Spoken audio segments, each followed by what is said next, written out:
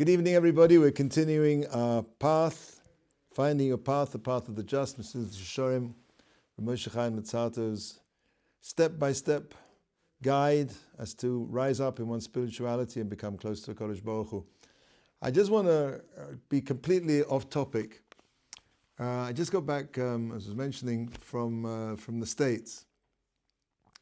And I want to describe to you a situation that happened to me and something that I learned from it. It's not totally off the topic, but it's certainly not in the Inyan of Nikios in chapter 11 where we are now, and B'ezrat Hashem, after a couple of minutes we will get on with the shir, but I just think it's worth recounting the story. So I was flying to Denver to speak at their 50th commemoration of the founding of the yeshiva. And it's a beautiful place, Denver. I've never been there before, and the yeshiva is absolutely wonderful. It's like a pundok, it's like an oasis in the middle of a desert, a midbar. Beautiful, the atmosphere there's tremendous, the bochrim, you can see we're really happy there, a really great place. Anyway, on my way there, I had to stop in Minneapolis. Now, Minneapolis was my first sort of port of call, I guess you'd call it, a landfall in the United States. And of course, you have to go through immigration. I had a connecting flight, which was something like, I think, 2.5 hours after I landed. I only had hand luggage, so I thought 2.5 hours should be adequate to say the least. So I get into the immigration line, and it's going very slowly. So I take a look at what's going on at the counter, and there's this rookie immigration officer who's got somebody standing behind him with his arms folded, like, sort of. He's like, obviously this guy does not know what he's doing. Now, they're pretty careful anyway, especially since Donald Trump is about to come into power, about who they let into the States as it is. But this, I was standing there an hour and 3/4 later, same line. So by this time, I'm starting to get a little bit concerned. So I asked the people in front of me, do you mind if I've got a plane to catch, I'm going to miss my plane, can I move up? So, 3 or 4 of them very nice, said, yes, fine, no problem, I understand. And then I get to this guy and I said, do you mind if I go in front? He said, no. I said, I'm sorry, I've got a plane to catch, I'm going to miss the plane. He said, well, I've got a business meeting. Now, I don't know, it could be something to do with the fact that I had a beard and a black hat on my head. I'm not going to say. I have no idea what his motivations were. And let's face it, I guess he's within his rights it's his place. He doesn't have to give it up to me. Anyway, so I'm standing there tittering, as they say in Yiddish. I think this is, this is, I'm going to miss the plane. I'm going to miss the plane. And then I realized that what happened is that all the lines which are admitting the US citizens, where they go through pretty quickly, they've now finished bringing all the US citizens in, from not only from our flight, from the flight that came after us, and all of these, how do you say, dalpak in English, these stations, these immigration whatever stands were now free, and so it started to go really quickly. It's like, Baruch Hashem, Shuas Hashem v'cheref ayin, wonderful, Baruch Hashem, Baruch Hashem, Baruch Hashem. And I get through there, and I get to the scanner, and I go through the scanner as quickly as I can, and I manage to get to my gate, which is on the other side of the airport, of course, where else? Literally 5 minutes before they close the gate. I say, Baruch Hashem, we made it. And I put my hand in my pocket to find my phone, and it's not there.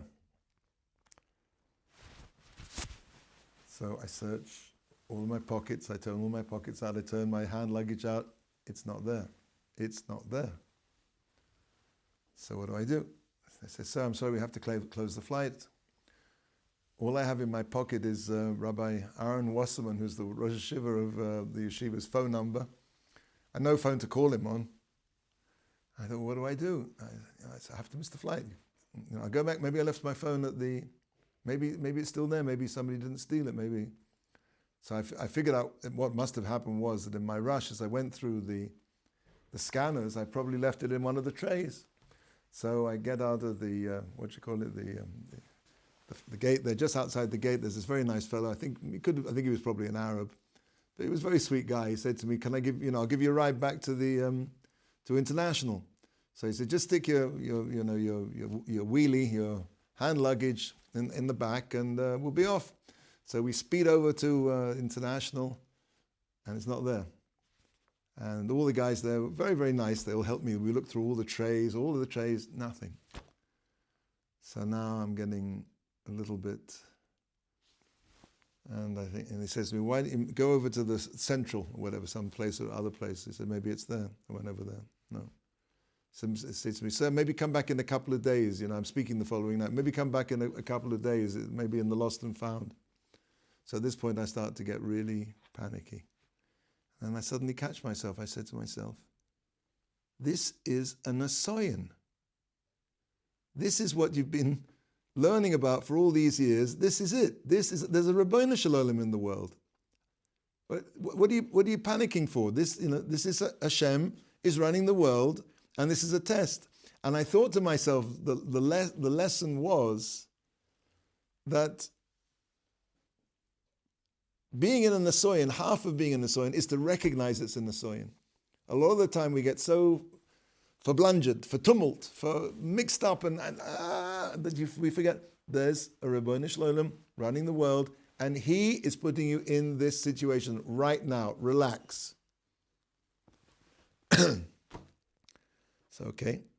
So I went back to the other place, nowhere else to go. Oh, sir, we found your phone. It was one of the trays that they hadn't looked in. And then, of course, I turned around and I realized that I'd left my wheelie in the back of the truck, and the guy giving me the ride had now driven to the other side of the airport. Anyway, cut a long story short, they managed to, they have a walkie-talkie between the carts. I stopped another cart. He called it. The Sachakol, I think what I took away from that is that one of the most difficult things about a Nasoyan is to realize this is a Nasoyan. It's to catch yourself. Because once you realize you're in a Nasoyan, that's half of the accomplishment of being Oymid with Nasoyan. Nothing really to do with what we're speaking about, but I just felt I wanted to share that with you. So now we're in the Midah of Nikiyut, of cleanliness. And we've just been talking about Nikiyut in terms of speech, we're talking about nivel peh, bad language. We're talking about inyonim of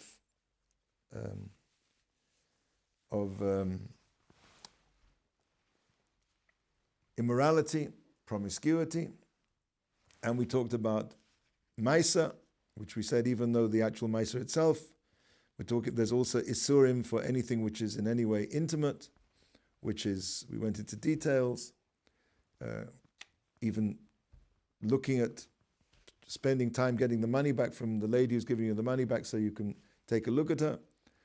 All the Isurim that come through Maisa, and we talked about Dibur, how terrible punishments come to the Jewish people, Rachmana litzlan, through immoral speech.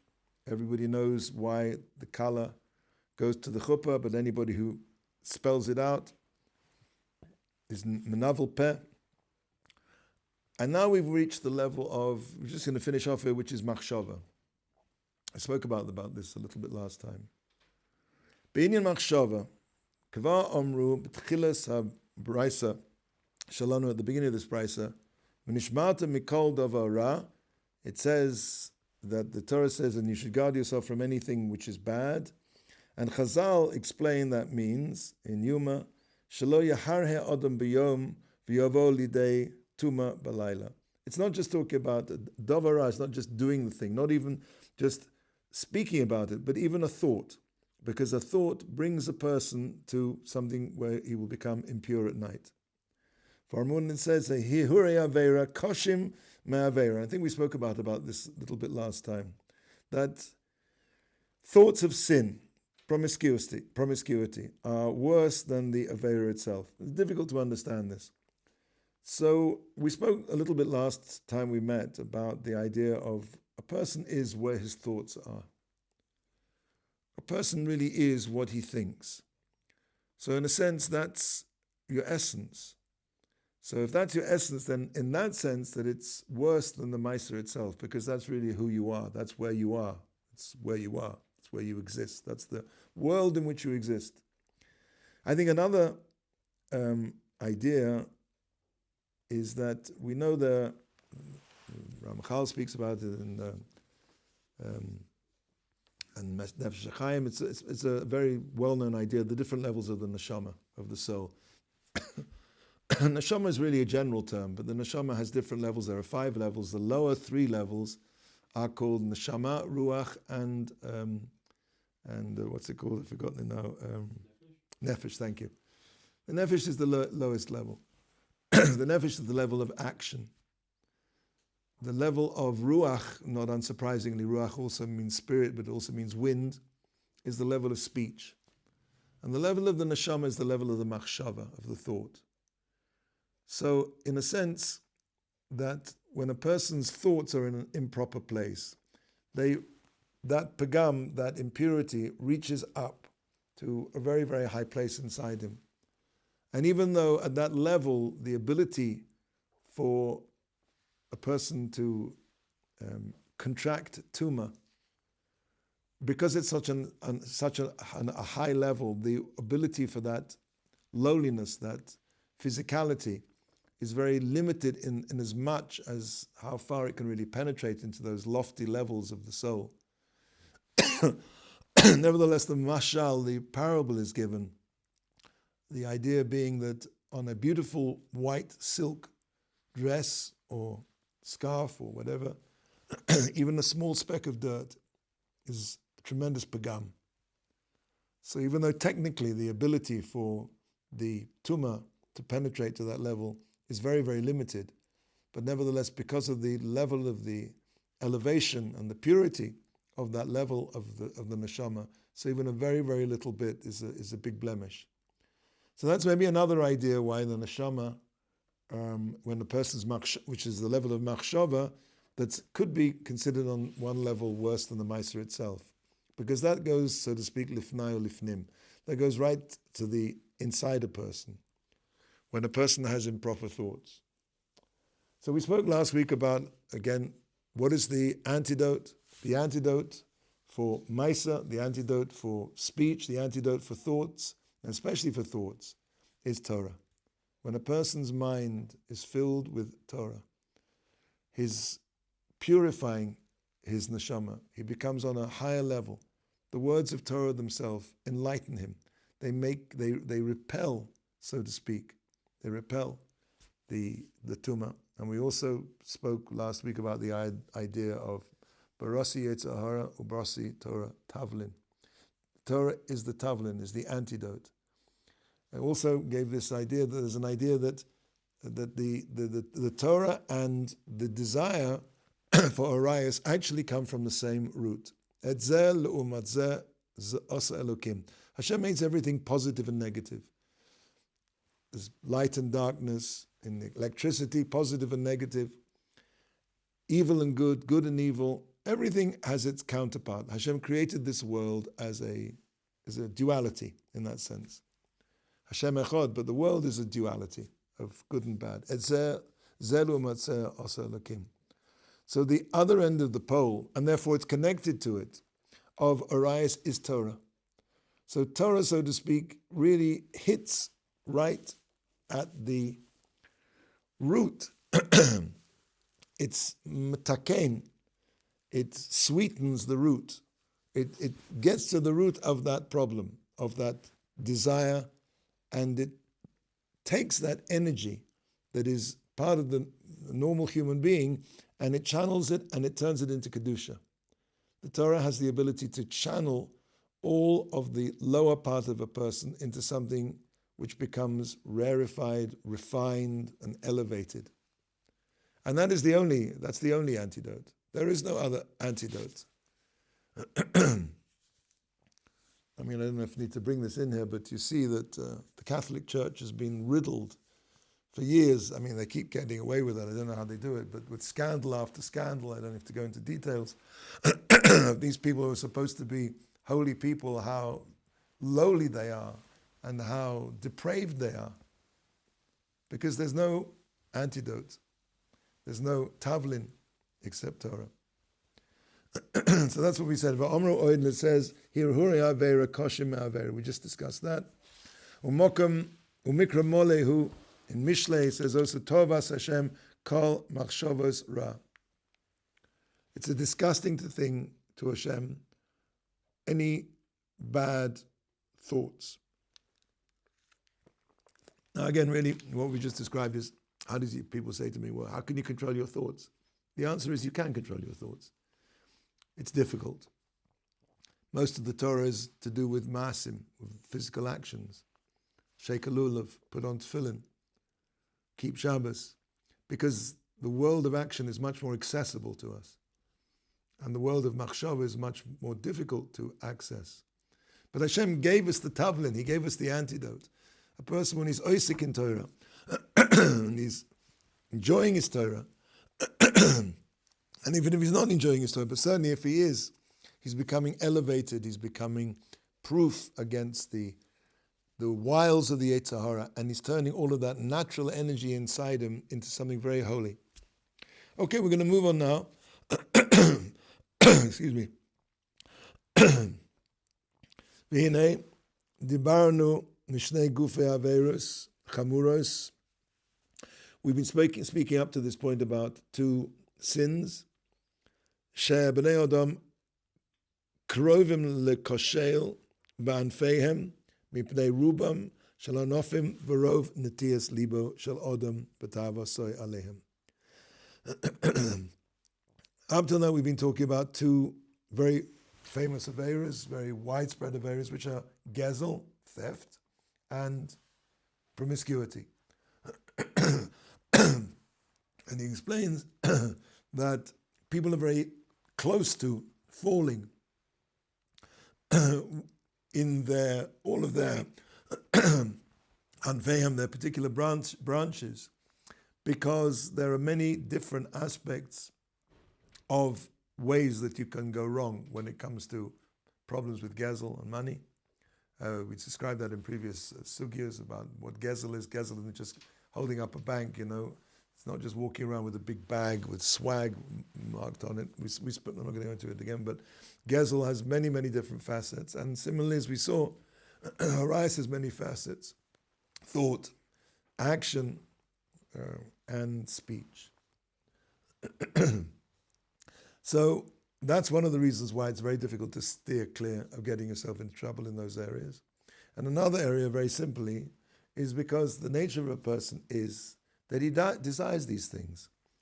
A person has a chemda, a desire for money. That's the nature of a person. What money can buy, the power of money, the idea of having money as being something which you see. One of the things they say is money makes the world go round. Money, people are running after money all the time. So that's something which is more difficult because the natural desire is there. And of course, I don't have to tell you, the same is true with Arias. Promiscuity is something that in our society is almost taken as for granted. Where would the advertising industry be without some kind of prurient interest?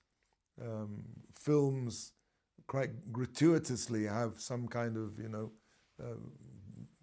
lady without too many clothes on, and maybe has nothing to do with the plot at all. I mean, people know what sells, and that sells. Why? Because people want it, and therefore to the extent that somebody wants something, that makes it more prevalent for them to fall foul of the Avera.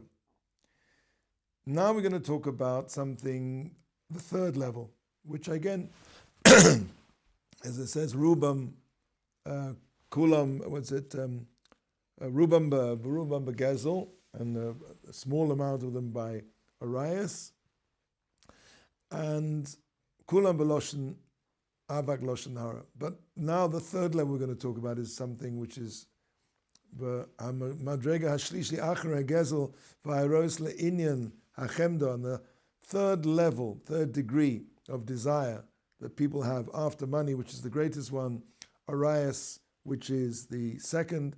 I think the reason why it's second is because the people understand that they used to understand maybe more, there's something intrinsically wrong.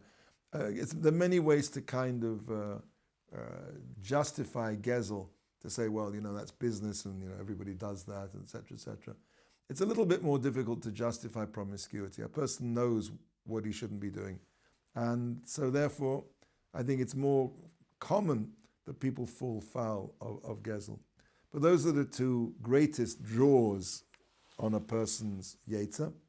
The third one is food. When it comes to desire, is hinehu isur ha'ma'achalos, forbidden foods. Rav Nosson Schiller once said, it should be well, that if Orthodox Judaism said that a person had to travel around the world eating at all the best 5-star treif Michelin restaurants, a lot more people would be from. The fact of the matter is that a Jew has to restrict what he eats.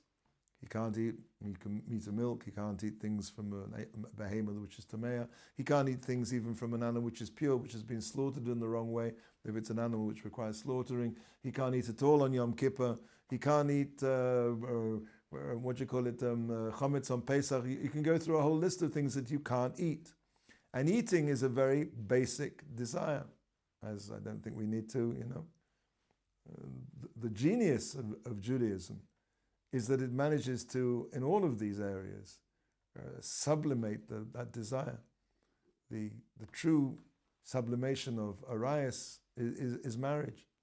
And Baruch Hashem, B'liyan Hara, you see that typically people who keep Taharas Mishpacha, people who keep the laws of Torah, have fresh relationships which are constantly renewing themselves like the moon. And you see people who are involved in Judaism, Orthodox Judaism, Torah Judaism. There's no more pleasure than Shabbos. Shabbos makes the food taste good. It's not the other way around. There's a famous story which I'm sure everybody's heard, but it's worth repeating about Rabbi and Antoninus, who Antoninus was the Roman emperor. I think he's called by secular scholars Marcus Aurelius, but I'm not sure. But Antoninus, we call him Antoninus, and they were friends. And Antoninus once went to have Shabbos with Rabbi, and he said after the Shabbos, the food was so delicious, I'm going to send my chef over to see exactly what goes on in the kitchens. So Rabbi said, Vakasha, you're welcome, or whatever the equivalent was in Latin. And Antoninus sent over his chef, and the chef went around the kitchen, carefully taking down all the different knetchim in the cookery knetchim, and he goes back and he makes the meal exactly punkt the way that the kitchens of Rebbe prepare the meals for Shabbos. The next time they meet, so Rebbe says to Antoninus, he says, "Well, my lord, your highness, how was the food?" He said it was very nice, but it was lacking something. So Rabbi said, he says, "I know why that is." He says, so Anthony says, "Why is that?" He says, "Because you were missing the magic ingredient." So Anthony said, "What do you mean? Why didn't you tell me what the secret ingredient is? I sent my chef, and you keep the secret ingredient away from him." He said, "Your Majesty, the secret ingredient is Shabbos. It's not the food that tastes Shabbos, makes the Shabbos taste good. It's Shabbos that makes the food taste good." And anybody knows this. I think if you talk to anybody who became religious, it's my experience, and maybe we can. But my experience is that almost everybody that I spoke to who became frum was because of Shabbos. Because there's something about Shabbos which is the elevation of the physical. Shabbos is the most. This is something that the non-Jews in the Roman times as well have criticized the Jews for. The holiest day of the week, and what do? You sit around eating. And, without going into too many details, other sides of the relations, and husband and wife, this is the day, the most physical day of the week. And the genius of Judaism is that it's a machine which turns physicality into spirituality. Nobody else does this. For a non-Jew, the only thing they understand is to restrict, to cut off, to be a monk, to cut it off. You have to slice out that all part of yourself. Only a Jew knows how to take the physical world and to elevate it and to have the true internal pleasure of being able to sublimate the most physical things in a person's life into something which is the most holy. It's a miracle. It's absolutely amazing. By the by, there's an interesting halacha. Non-Jews were permitted to bring korbanos in the Beis Hamikdash. I don't know if you know that. But they were only allowed to bring one kind of korban, which was a korban ola. And ola is translated into English, it really means to go up, an elevation offering. But it's also translated as a burnt offering. Why? Because with an ola, everything goes up. The mind of a non-Jew is that if I'm bringing a sacrifice, I want to see it all go up.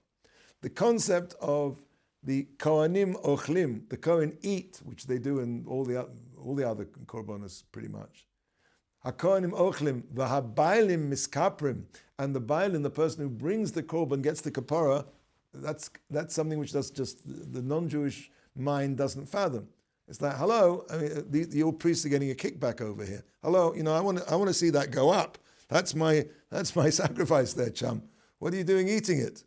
So this idea of the ability, of the most physical thing in the world to eat, that a Kohen eats that sacrifice, that korban, and that's what causes the kapara. That's what really is the essence of the kapara. That's something which...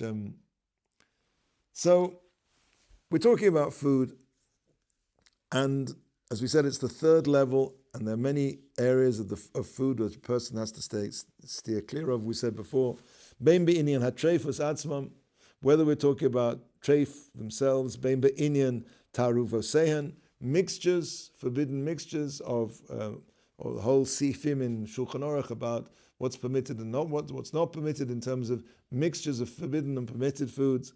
Bein be'inyan bas v'cholov, milk and meat, which is a chok of the Torah. Why should that be also? It's also to eat them together, to cook them together, or to even have pleasure from them. You can't even take something which let's a McDonald's cheeseburger and sell it to a goy, or even give it to his dog, because he's going to be makir tov to you for doing that. He's going to have appreciation. That's called oseh bahano. You're not allowed to have any benefit from it at all. Or chelev of forbidden fats, and chelev and shuman, which are permitted fats, look absolutely identical. There's no difference at all. The only difference is where they, I don't know if the word is grow, where they are on the animal's body. Very similar. V'dam, blood, v'inyan bishuleyakum, as we know that food cooked by a non-Jew is also prohibited for a Jew to eat. V'inyan gi'ule akum, or cooking using a non-Jew's utensils. Yain nichsom, yain nesech, which is literally the wine that they poured out for their idols. V'stam yainom, or stam yainom means wine which was not used for libations, I think is the correct English term, but was touched by a non-Jew. V'shar usur echila, and all the other prohibitions of eating and drinking. Kol eleh ha-nikius, these all require nikius. That's, remember the chapter we're talking about, how a person gets himself clean, cleans himself out from any contact with these things. So this tzarech dikduk gadol, it requires tremendous precision. But tzarech chizuk, and of course, requires a person to strengthen himself. Ki yesh tavas halev, hamis'aver, because there's the desire of the heart, which desires macholim matovim, for good food, as we said before. Mishle, v'chesron hakis, and the other side of it is that a person, when he goes into a kosher butcher and he sees that the meat is considerably more expensive than, what's Patrick's, the butcher next door, this is a nisoya for a person. Chesron kus is going to cost me more money. Be'isure v'hatarofos, in the issa of things which are mixed together, being very careful with heksherim, even things which look like maybe, what can be wrong with that, people often say. But especially nowadays, this is a massively complex topic, because virtually everything which is produced, any food which is produced, has tremendously different amounts of of different ingredients, some of which may come from non-kosher animals. So anything which is not the thing itself, anything which you get out of a packet, anything where you've got this big chart at the back of all you'll see, 51 different ingredients, anything like that has to have a reliable heksher. So it's not just going into the fish market, fishmonger, and seeing if the fish has got fins and scales. It becomes tremendously complicated, And as food technology becomes more sophisticated, it becomes increasingly more complicated. And of course, that's what people, that's why food with a hechsher costs money, because this is, an expensive operation. Now, you'll forgive me, it seems to be we're telling a lot of stories tonight, but that's okay, I guess. So I want to tell you a story that I heard secondhand, and as secondhand stories go, secondhand is pretty good. I mean, I heard it from the person who heard it from the person that happened to. We're talking about here yain nesech, wine which is poured out as a libation to a pagan god. So this chavruso I had Moshe Avrik, Zeichet Tzaddik Livrocha, he passed away. So he told me he had this friend who was a businessman, Jewish businessman, and he had some business dealings with some non-Jews, and I think they were maybe even in business together. And they were in Los Angeles, and they went to all together. They had to have this business meeting at this very sort of chintzy nouvelle cuisine restaurant down there on Melrose, which is like where they serve you 3 peas and a microscope to see what you're eating. And but he said, I'm sorry, I can't. He said, oh yeah, we know kosher, we understand kosher. And then so the wine came around. So he said, I'm sorry, I can't drink the wine. He said, what? Wine? It's not pig. Well, it's wine. What's? He said, well, we have a halacha, a law, Jewish law, that says that we cannot drink wine because it may have been used as a libation for idols, for avodah zarah, for pagan idol worship. So they kind of laughed at it. Do me a favor, this is 2023. There are no pagans, there are no idol worshipping. So just at this moment, this kind of this waiter who was extremely gender challenged came out, and in sort of rather a mincing tone, he said to me, "Oh, excuse me, gentlemen, I couldn't help but overhear your conversation, and I just want to tell you that before I serve the wine, I always pour out a little bit to my God in the kitchen." And their faces went like this. So, okay, you'll say, do me a favor, 2024, 2023, whenever this happened, actually it was a few years ago, but Chazal understood what they were doing when they made very strict laws about what we can and what we cannot eat. Okay, I think we're going to pause here tonight because I don't want to make the sections too indigestible. Sorry for the pun. But let's just see, where do we get to? Listen, we've got a good place to pause here. I think we can stop here. Yeah, I think we can stop here. We'll pick up. Mesilas Hashem next week. All the best.